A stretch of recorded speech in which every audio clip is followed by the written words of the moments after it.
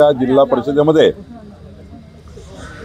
महायुतीच्या माध्यमातून 2/3 बहुमताने महाराष्ट्रात भाजपा महायुती निवडून येईल।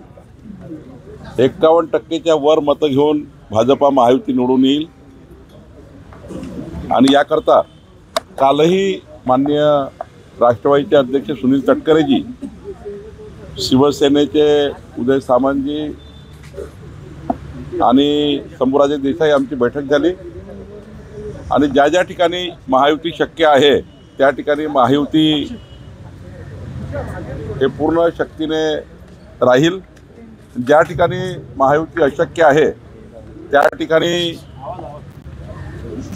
आम्ही मैत्रीपूर्ण लढू, पण मतभेद आणि मनभेद होणार नाही याची काळजी घेण्याचा निर्णय कालच्या समन्वय समितीच्या बैठकीत झाला।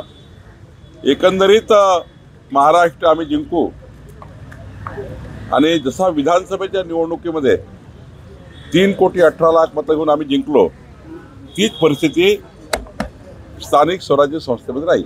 चंदगडमध्ये आपण पाहिलं की 2 राष्ट्रवादी एकत्र आले, इकडे पिंपरी चिंचवडमध्ये पण 2 राष्ट्रवादी एकत्र येण्याच्या चर्चा सुरू आहेत, तिकडे कोकणामध्ये 2 शिवसेना एकत्र, तर हे काय नेमकं झालं? नाही, काही ठिकाणी तिथली स्थानिक जी काही आमच्यासोबत पक्षासोबत जी लढाई आहे ती स्थानिक लढाई आहे आणि त्यामुळं पिंपरी चिंचवड बघितलं तर राष्ट्रवादी वर्सेस भाजप आहे। चंदगडमध्ये हीच परिस्थिती आहे। काही ठिकाणी शिवसेना भाजप कोकणामध्ये आहे। त्यामुळं त्या ठिकाणी मित्रपक्ष लढताना किंवा मैत्रीपूर्ण लढताना कुठलाही त्या ठिकाणी महायुतीवर परिणाम पडणार नाही अशी काळजी आम्ही काल घेतली आहे। पण भाजपला नुकसान होणार नाही यामुळे? नाही, भाजपाला जे काही भाजपाचं संघटन आहे ती संघटना जे काही आमची शक्ती आहे त्या शक्तीप्रमाणे आम्ही लढू आणि शेवटी मित्रपक्ष आम्ही आहोत। आम्ही प्रयत्न करतो आहे की एकंदरीत बसायचा, जास्तीत जास्त ठिकाणी हा प्रयत्न होतो आहे, पण काही ठिकाणी होत नाही आहे। तर आता जशी परिस्थिती आहे तसं पुढे जाऊ। काल आरक्षण सोडत झाली आणि त्यानंतर अनेक इच्छुक असतील, प्रस्थापित असतील, पुणे शहरात तर तुमचा आकडा खूप मोठा आहे, त्यामुळे कुठेतरी जे नाराज असतील किंवा जे अतिखुश असतील त्यांना काय समजणार?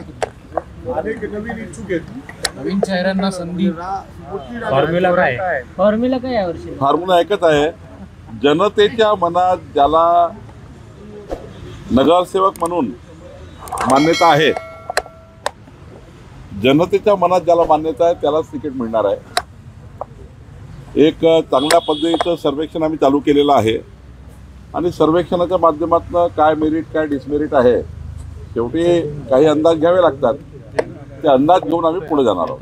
ड्रग्ज प्रकरणातल्या एका आरोपीला तुम्ही भाजपात प्रवेश दिला असा एक आरोप होतोय तुळजापूरमध्ये। असं आहे की पूर्वाश्रमीच्या काही हिस्ट्रीमध्ये काही एखादा गुन्हा दाखल झाला तर मग त्या गुन्ह्यातनं काही शिक्षा झाली का? गुन्ह्यातनं शिक्षा होणे याला खऱ्या अर्थाने तो आरोपी आहे, तो दोषी आहे वगैरे। FIR एखाद्या वेळी झाला, FIR झाल्यानंतर त्या ठिकाणी दोषमुक्त झाला असेल किंवा त्या ठिकाणी कोर्टाने काही त्याला सजा दिली नसेल तोपर्यंत आपण साधारणतः प्रत्येकाला एकमत द्यायचा अधिकार आहे, पक्षामध्ये त्या ठिकाणी काम करण्याचा अधिकार आहे आणि त्यामुळे मला असं वाटतं की दोष असेल, कोर्टाने जर दोषी ठरवलं असेल तर आम्ही त्याचा नक्की विचार करतो।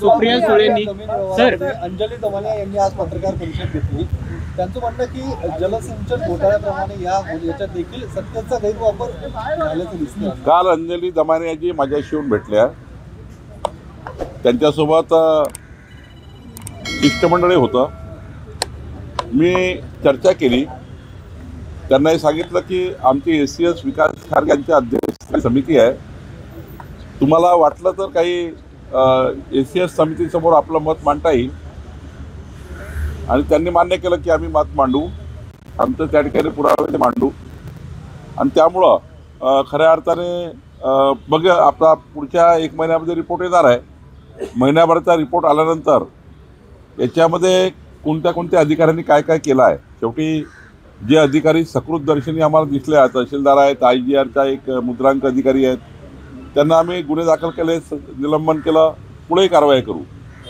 आमच्या विभागाचे अजून काही अधिकारी याच्यामध्ये इन्व्हॉल्व असतील तेही घरी जातील, ते काही नोकरीत राहणार नाही। राहिला प्रश्न या व्यवहाराचा, या व्यवहारामध्ये आज आम्हाला पेपरवर म्हणजे देवाणमध्ये पेपर जो असतो आमच्या निबंधकाकडे, त्या पेपरवर जे काही आज ऑफिशियल वाटतं त्यांना दोषी धरलेला आहे आणि पुढच्या काळात चौकशीमध्ये जर कोणी त्या ठिकाणी अजून दोषी असेल त्यांच्यावरही कारवाई होईल. सर, याच्यामध्ये 42 कोटी रुपये भरल्यानंतर हा व्यवहार रद्द होईल असं आहे. पण ज्या कंपनीचं भागभांडवल आहे मग पुढे त्याची कारवाई शेवटी गव्हर्नमेंट मला ते असं वाटेल की किती कोटी दिली आहे, 42 कोटी दिली किंवा ती चौकशी समिती तपासेल की 42 कोटीची नोटीस दिली जो सरकारी जागेचा व्यवहार आहे. शेवटी जेव्हा एखादी नोटीस आपण देतो तेव्हा सरकारी जागेचा व्यवहार जो आहे तो या नोटीसमधनं जे काही 42 कोटी येणार आहे ते नेमके कशाचे आहे हे मला तपासावं लागेल. कारण आपण व्यवहार रद्द करतो आहे. व्यवहार रद्द करताना 42 कोटी काय घ्यायचे याचे मला तपासावं लागेल आणि त्यांनी काय दिली हे चेक करावं लागेल.